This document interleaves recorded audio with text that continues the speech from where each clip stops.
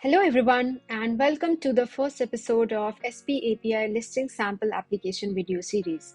My name is Ritika and I work as a solutions architect at Amazon Selling Partner API team.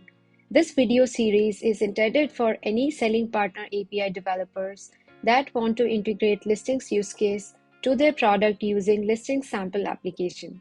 There will be 5 videos in this series. In the first video, we'll walk you through how update listing workflow works in the listings sample application.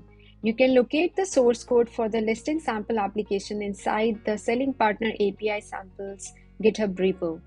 Let us access the home page of the app through localhost. Click Update Listing button to access the update listing workflow. Using this workflow, the user edits an existing listings item on Amazon. This workflow works for both sellers and vendors. The first step in workflow is to retrieve SKU details of an existing listing item. Enter the identifier of the existing listing item into the SKU text field. Click the Retrieve button to load the SKU details through Get Listings Item SP API.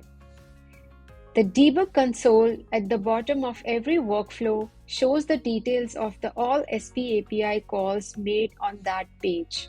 The debug console shows the raw SP API request payload, response payloads, and errors from the SP API. Let us go to the debug console to inspect the Get Listings Item API request and response. The request contains the SKU, seller ID, and marketplace ID configured in the settings page. The response contains the summary data, listings attribute data, and issues data. If the product type is available in the summary data of Get Listings Item response, the app makes a call to Get Product Type Definitions API to fetch the schema for the product type. The app then renders the listings attributes editor based on the fetch schema and populates the form with listing attributes data from the Get Listings Item response. If there are issues associated with the SKU, the UI displays the View Issues button. Click on the View Issues button to view the details of the issues. The user updates the data into the form, clicks on Run Schema Validation button to check if the data in the form conforms to the schema. If data in the form does not conform to schema, the Run Validation button shows all the schema validation error. The app uses AGV JSON Schema Validator library for the schema validation. Let's go back, fix the issues, and validate data again.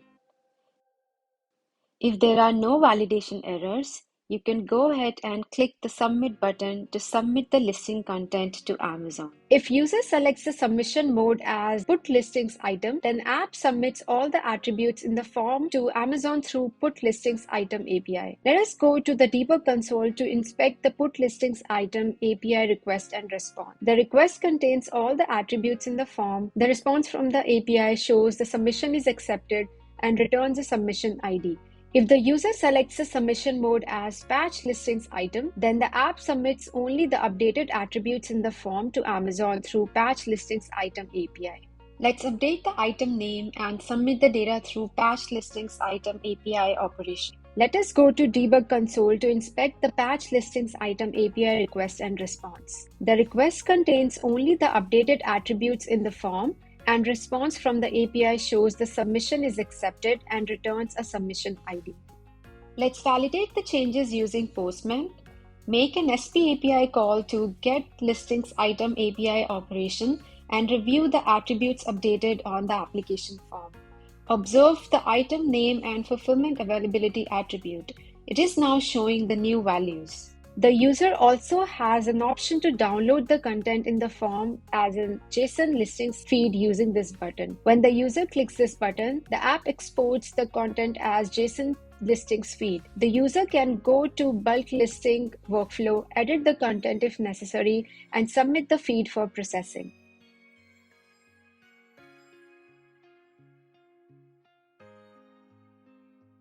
If the submission mode is Patch Listings Item, then the exported file only contains the updated item attributes. Otherwise, the file should contain all item attributes. Refer to the Buildings Listings Management Workflow Guide to understand the difference between put listings item and patch listings item. Congratulations! Now you are ready to experiment with update listings workflow.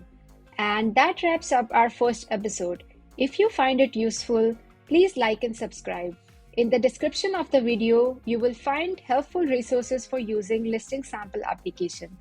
In our next episode, we'll walk you through creating an offer workflow using the listing sample application.